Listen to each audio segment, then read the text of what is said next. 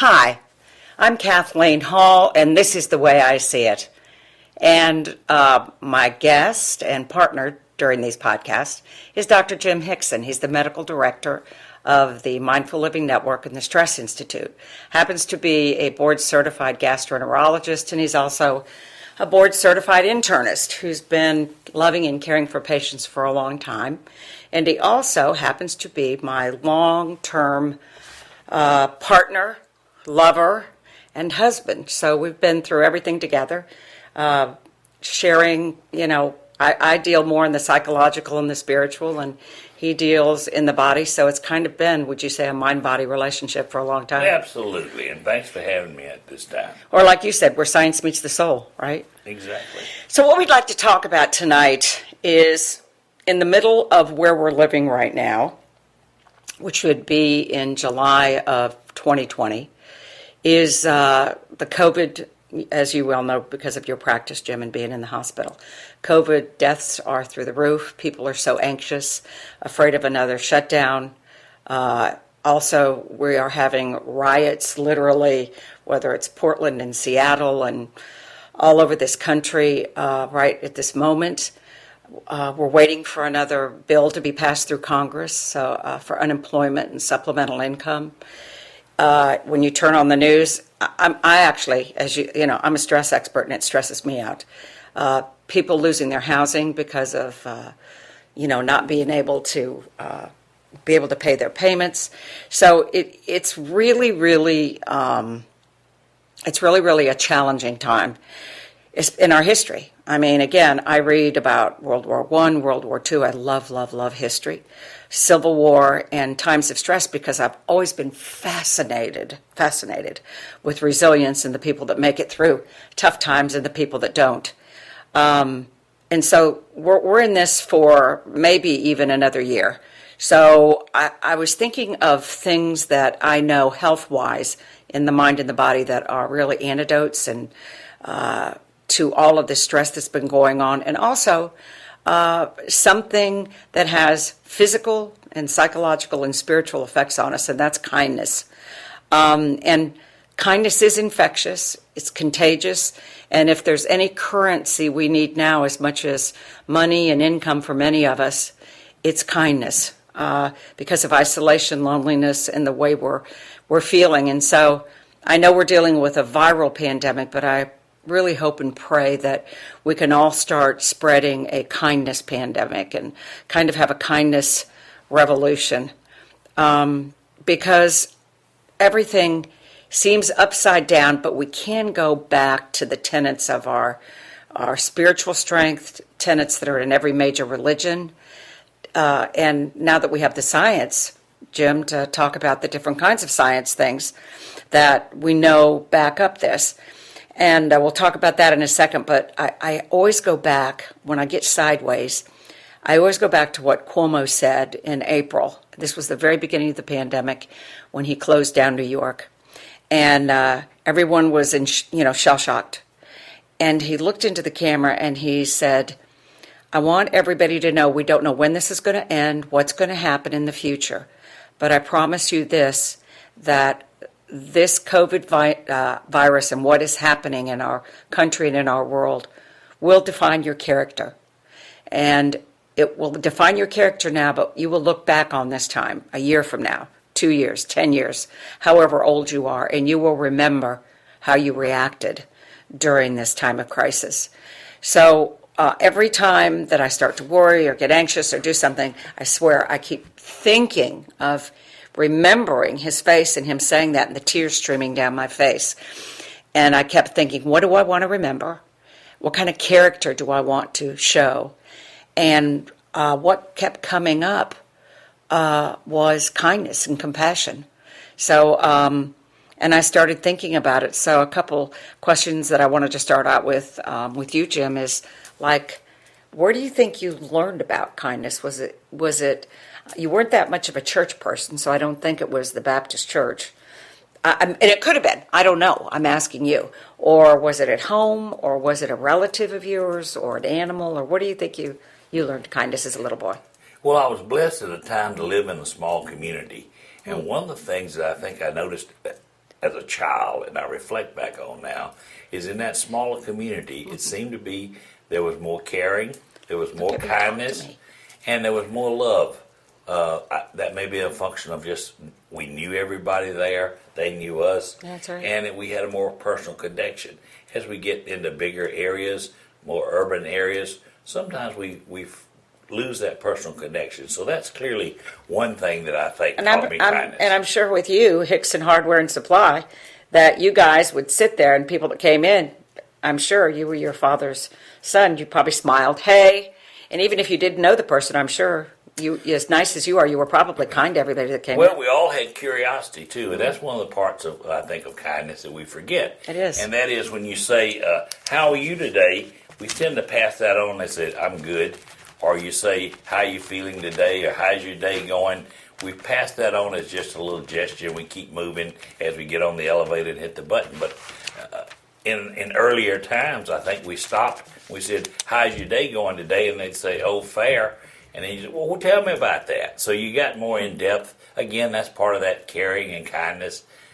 Also, we had seemed to have more time for each Yes, other. yes. That's something I think we forget about now is having time. I noticed that as a doctor, that one of the things people say is that, and appreciate, is the time you give them. We're all busy. We all live by appointment, so people come in, and sometimes I've heard this many times that I feel like when I go to the doctor, they're just herding cattle. They're just pushing us through there. They don't really care. And so in my practice, I've tried over the years to give that time to listen. I think listening is as important as a prescription I give that patient. Oh, I and I love think you. that's important. And that's where kindness starts in my practice every day, is right there.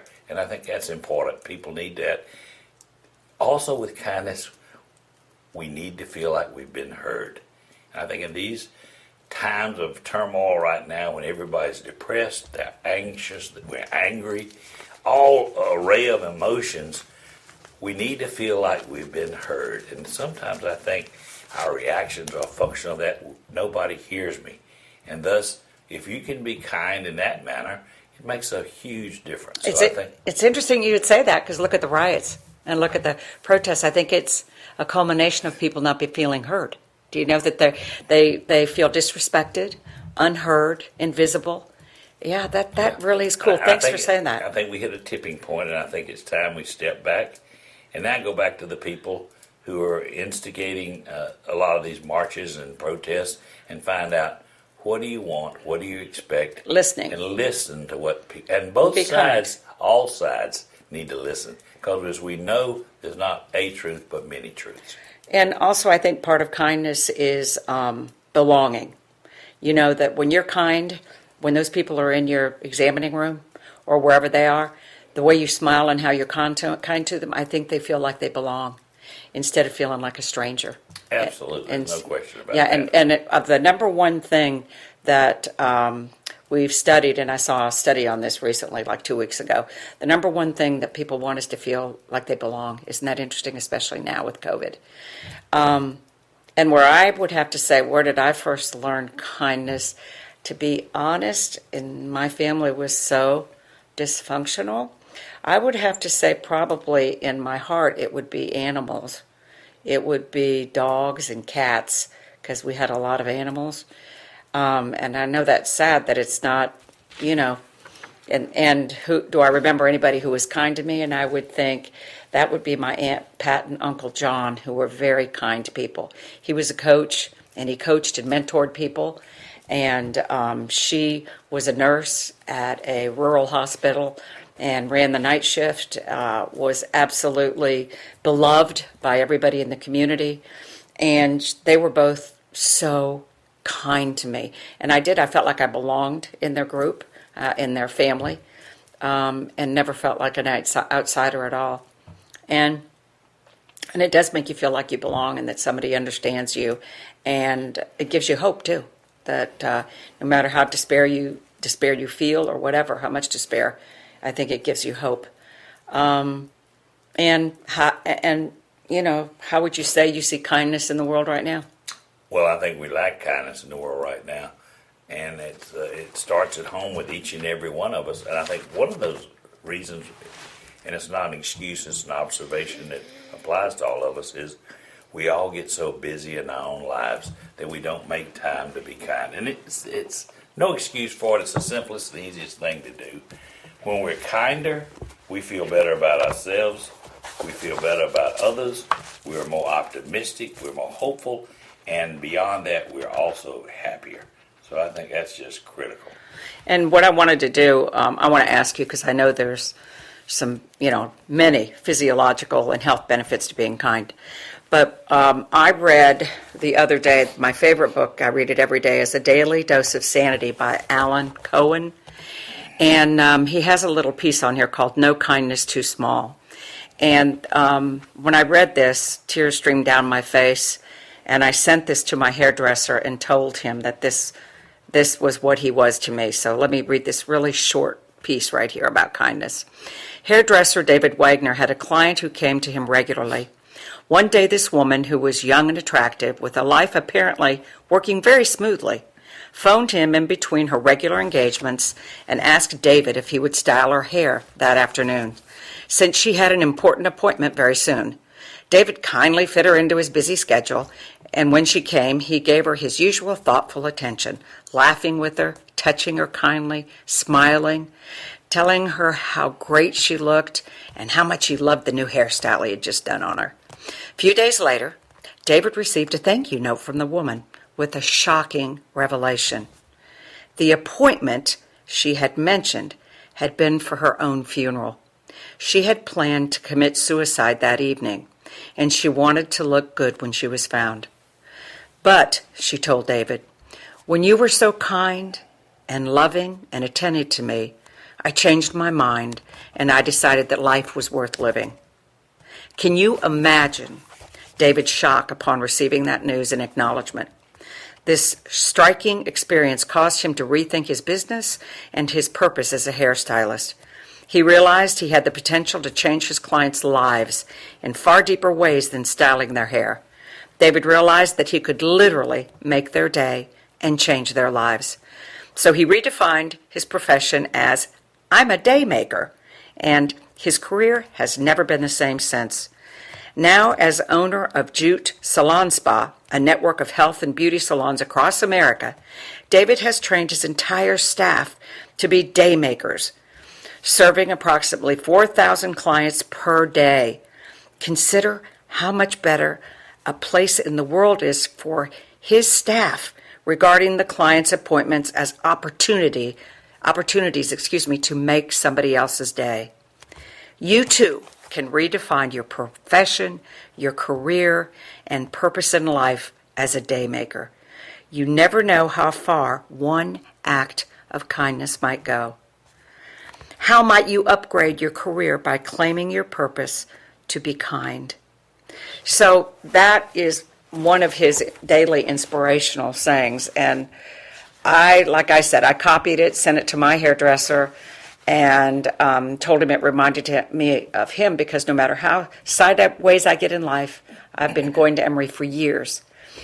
But that is how he has pulled me, without knowing it, out of decisions I would have made, marriage problems, my kids, economic things I've been challenged with. But I love him because he is so kind and optimistic. And he got back to me and he was actually crying himself because he didn't know that he was actually, quote, a day maker too. And I think that story got me because I know you know this, Jim, when I had my traumatic brain injury and my memory was gone and I was having seizures and, I had no bladder control and diapers, and my life had fallen totally apart. And I'd been the self-sufficient, energetic, smart, everything that I was, and my whole life I felt was over. So I'll never forget this. I was on Peachtree Road at Farr Road, and I was seriously so depressed I was thinking about jumping in front of a car, especially a MARTA bus, as it was coming by, and I thought, it'll be over. People will think it's an accident. Get it? So I won't overdose with any pills or I won't do anything that way. But if I do it this way, then they'll think it's an accident, and at least my suffering will be over. I was acutely depressed, very depressed. And I sat there and thought about it and thought about it. 5 minutes went by, 10 minutes went by. And then all of a sudden, this maybe 18, 17-year-old young man, beautiful, black, African-American, beautiful child, came up, tapped me on the shoulder, and he said, "Are you okay?" And I said, "What?" And it just snapped me out of my depression. The fog I was in. I said, "Pardon me?" And he said, "Yes." He said, "Yeah." He said, "See my old jalopy over there?" And it was like an old Fiat that was like 30 years old. It was pink and everything else. And he said, "I drove by and I saw you." And he said, but I got this funny feeling. So I drove around the block. And he said, "I came back and you even looked funnier." And I thought, she's going to do something. Something's wrong. And then he said, I drove around the third time. And he said, I couldn't help myself. So I put my flashers on. He pointed to his car over there. And he said, "I just want to know if you're okay." He said, do you want to go have a cup of coffee or something? And I burst out crying, literally burst out crying. And walked over to him. He parked his car over where our apartment was, which was right there on the far road. And we went to Starbucks, and I cried. And I will never forget the kindness. That man maybe saved my life. I'm not kidding. That young boy. And he was the kindest. And I said, how did you stop? Why did you do that? And he said, my heart just opened. And I said, "You are the kindest person that ever lived." I said, "I don't know what's in front of me, my life, but I will never forget you. And I know that God sent you to save me with your kindness." So just like the hairdresser with that woman it brought back my life story of I was in the darkest place of my life and I really didn't want to be here. And that one act of kindness just completely turned my life around. And you remember what a dark, Absolutely. very dark time that was in our marriage and in our life, me just trying to survive.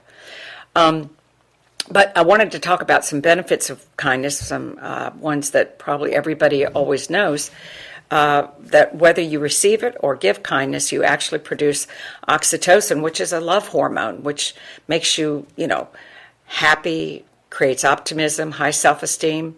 Also, when you're kind, you have a feeling of strength and energy, and it makes you feel calmer. You have higher self-worth. And people that are really kind and also give money, like even if you're putting it in a Salvation Army bucket or you're handing somebody who looks like they're down in the dumps a $10 bill or whatever you do, you actually have fewer aches and pains. Your pain level is less. So, higher, less, whatever, you have less pain. And it does decrease all the pain, most of the pain in your body. Also, stress. It's less in people. It's 23% less in people that are kind, and they show that by measuring the stress hormone cortisol. Depression is reduced, and I think you know a lot of other, Jim, I think that you can cite some other medical positives that kindness have. Absolutely. I think just to expound on what you said, that we know that that spreading kindness helps others feel better about themselves. No question, it boosts health and happiness, and we'll talk about that. But it's also boosts our health and happiness, so it's a win-win for everybody. One of the things you talked about, I mentioned, I believe, earlier, was the helper's high, and that is when you help others, you also produce a flood of chemicals in your own body, the oxytocin, which helps produce nitrous oxide that dilates vessels, that makes you lower your blood pressure, and you feel better and you're calmer. One of the things also is that being kinder, not only studies help show we live longer, but we live happier. And I think that is one of the tenets of kindness is happiness. That we get happier and others get happy. And when you're happy, you have less depression. You're more optimistic. Yeah. You want to do for others. So it seems also to reduce your risk for cognitive impairment. And those of us that are living longer, we want to live longer independently and healthier. And cognitive impairment is something that we're all going to face. God forbid an earlier disease. And this is important. So if we're kinder, we're happier, less cognitive impairment. One of the other studies showed that for people that give versus receive, it's very interesting. They did a study where people gave just a small amount of money. You take $40 and spend it on yourself, or you spend it on others. Then they measured your blood pressure throughout the 6-week study period, and they then saw how that reflected on your own being, and it showed that it lowered your blood pressure far more for those that gave money to others than that spent money on themselves. The second thing it did, it showed it lowered the blood pressure as much as those people as were not in the study but went on a really aggressive diet and exercise program for Really? 6 weeks. So that's Wow. a big deal. You touched on the pain reduction aspect as you produce these good chemicals in our body because we know we're just chemical soup. It does change the pain receptors and we have far less pain in our bodies. The happiness we talked about just goes on and on and on and on throughout life and gets more and more and more. And it's also what we talked about, it's those random acts of kindness you talked about. That young man doing something for you at a critical time in your life, for whatever made him do that or made him show up in your life, Right. miracle, whatever you want to call it, was a random act of kindness that he did just because he had love and kindness in his heart. And I think that is so important. Well, and I think for all of us. I think it ties back to what you had said too, is kindness is involved with curiosity. He saw something was wrong and he was curious, and not curious, racing to work because I made him late for work. I mean, he could have lost his job, but there's this amazing energy, isn't it, when Yes. people are kind like Yes. that? It does help you slow down too, and I Yes, think that's yes. important for us, that we're busy, we're rushing. Yeah. For someone like a doctor myself, I'm always living by a schedule. So, and I said, I've got to keep on time, keep going. But I think it does help you slow down, take a deep breath, push back a little bit, and reflect. And that's good for my. Well, and I want to throw not this just in. others. Yeah, recently I went to his hospital and did a presentation on stress. And the head of nursing, all these people, all these nurses and technicians and all kinds of other people flooded me, came up and said that you, Jim, were one of the kindest people they'd ever met. And doctor, friend, husband, didn't matter who they had ever known. And they love him. I saw women actually tear up, cry, say how much they loved Jim and his kindness through your whole lifetime of serving them and serving patients. And you've touched so many lives. That's what they kept saying over and over again. Yeah, you're brilliant. You have great medical knowledge, but all they kept talking about was your kindness. And I drove home from that hospital and spent that hour in the car just thinking about you. And I know you're kind at home with the girls and in our life and with people, but I just never realized how infectious and how many lives you've changed, not just with your patients, but the people you've worked with all these years. So it was really moving. And when we decided to do this piece on kindness right now as a new kindness revolution or a kindness pandemic, I couldn't help but think of your whole life. I think you made a good point there, as we talked about. You said the kindness pandemic, that implies that it spreads. And I think what you said, that the kindness is infectious. Mm-hmm. If I'm kind to someone, then they see that. They're kind to someone. It just goes on Right. and on and on. It expands exponentially. And I think you touched also on a very important thing, and you mentioned this in your book, A Life in Balance, that one of the four roots of happiness and love and a productive, healthy life is love. And that love is community and a sense of belonging. You talked about that. Mm-hmm. And that is as important as exercise, diet, meditation, right. All the other tenets you talked about. Is this sense of community is critical for all of us. And it just is important beyond words. Yeah, and so what I'd like to talk about for just a couple minutes before we head out is maybe some simple things that you and I have experienced that are kind of some tips. And I think one of the biggest ones that I have noticed is something as simple as compliments. When you're in a grocery store line, when you're at a gas station, when you go shopping somewhere, I don't care where you are, if somebody has a bow in their hair, if they've got a pair of shoes on, I don't care if they're not the greatest thing you've ever loved, just go, I love those blue shoes. And be sincere about it. I'm not talking about being fake and finding stuff, but there is always something you can compliment somebody about. It may change their day, like that child in the car stopping and saving my life. You don't know. You may find somebody at the grocery store who I went the other day during these times. I try not to go very much to the grocery store, but there I was at Publix, and I was in a really, again, I was having some issues because I do, as you well know, struggle with depression sometimes, and I was feeling sideways. And I went and I couldn't reach the yogurt. And so this beautiful woman came up behind me and she said, "You know what?" She said, "I am very blessed because I'm tall." She said, "Could I get that yogurt for you?" And here we are in the pandemic, 6 foot apart and whatever. And she walks up to me. I moved aside and she said, "Do you want mango?" And I said, "Yeah, that's what I wanted." She got the mango down, handed it to me, and she said, "Is there anything else you need in this store that's up on the top shelf?" She said, "I'll walk with you and get it for you." And because I have the short syndrome, I'm not tall at all. And I looked at her and I just teared up and I said, "You are the kindest woman."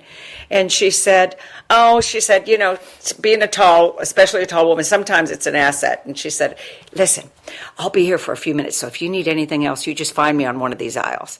And she walked off and I sat there and had tears streaming down my face. And I know that may not seem like much, but again, that kindness changed everything. I got in the car, turned up the music, played some Diana Ross on the way home, and everything kind of swamped in that one thing. So please don't ever underestimate what kindness can do.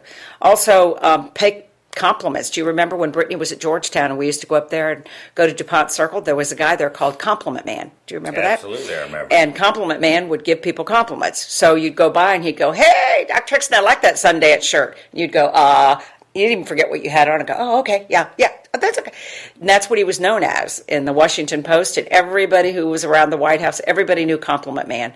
And I loved that this man, he was a homeless guy that lived on the streets, and he was called Compliment Man. He changed people's lives. Brittany and I would sit in the park and watch him, and watch somebody be serious going to court, or serious going to the White House, or serious. And he'd say a compliment, and you'd watch their whole face and their whole energy change. They'd put their phone in their pocket instead of looking at it or reading it. So please never underestimate a compliment. Smile.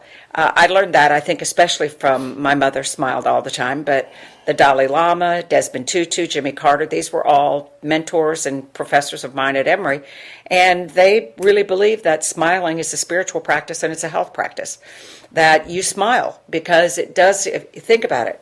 If you're walking down the mall, walking down a street, and somebody smiles at you, you can't help but mirror it, right? Absolutely. I mean, you can't help it.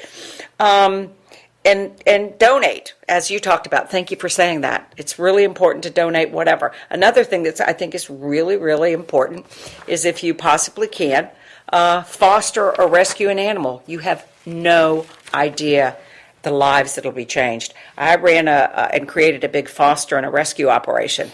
And when I begged people to foster just for a few days an animal, and you were there, of course, with me, did their lives not totally change just by caring for something else? Yeah, they really made the difference. It really made the difference. And we developed a community. We all got very close. And I think you said this so profoundly, Jim. Don't just hear, listen. Listen deeply. When you listen to somebody, you're giving them the grace of God. You're showing them reverent respect by listening to them. And we just have turned into a world of non-listeners. We send, everything send. Everybody's busy listening to music or listening to whatever. Please, please, please learn to deeply listen.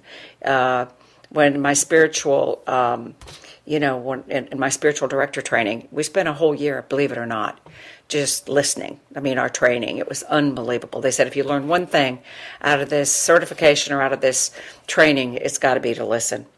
And, help your neighbors out. Most people don't know their neighbors. We're lucky that we live in a neighborhood, Jim, where we do. We get to know neighbors, and when I see something funny, or I'll go up and ask him, or leave a note on the door, or I text him. I always keep, as he knows, I keep soup. I keep 8-ounce soup servings frozen in the freezer with chunks of bread. And when somebody's sick, when I see somebody that I think is acting funny, I keep, as you well know, gift bags. I keep a whole box of gift bags, and I'll take that gift bag and I'll put a chunk of bread in it, and I put a little container of soup in it, and maybe a couple cookies in a Ziploc bag, and I write a little note to Margaret or whomever it is, and take it over and leave it on her front porch. it's just a wonderful, it makes you feel good. And every time I've ever done it, no matter what's happened, the joy that the person it feels when they receive it. How did you know I didn't feel good? Or you wouldn't believe what that made me think of, that in this busy world you thought of me. So there's all kinds of ways to be kind. And I think last but not least, which I'm guilty of, is traffic, commuting and being in traffic. I'm a nasty traffic. I'm a nasty little traffic girl. And we have to shift from being competitive, like who's going to merge, who's not going to merge, I'm not going to let you in front of me. Try that as an act of kindness. And that's a real tough one. I'm guilty as charged, for me especially. But I know when I do it, when I spend one day letting people in, I know I feel better about myself. And I go, why? It makes me reflect on, why am I so aggressive when I drive? See, but when you're kind, it makes you be introspective. Like, why don't I do this more often? And I've often said sometimes, we talk about, I commute a lot, so it's, as I said, I live by schedule, so I'm in a hurry, I'm late. And what you realize that going 5 miles an hour faster doesn't, in a commute, doesn't really change how much sooner you get there in a significant manner. And so if you just slow up a little bit, again, being kinder to yourself, it makes such a big deal. And I think we have to learn to do that.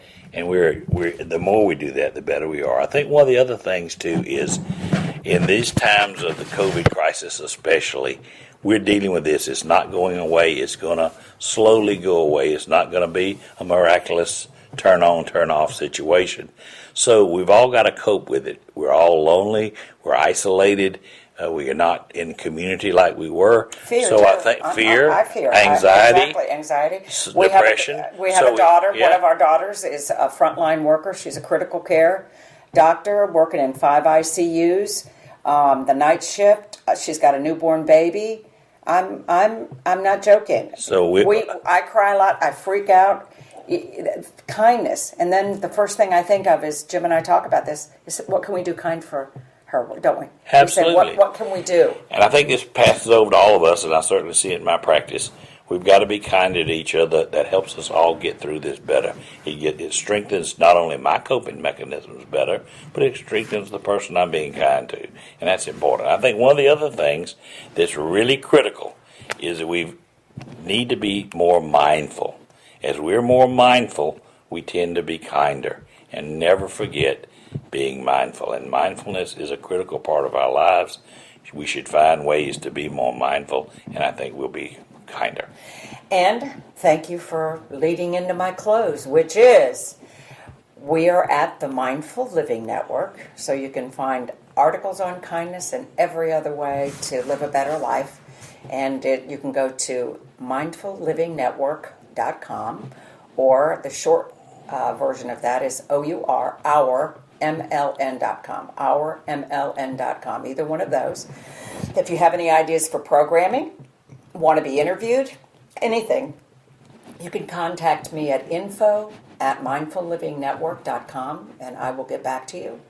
And again, we also have the Stress Institute. If you want stress tips, stressinstitute.com.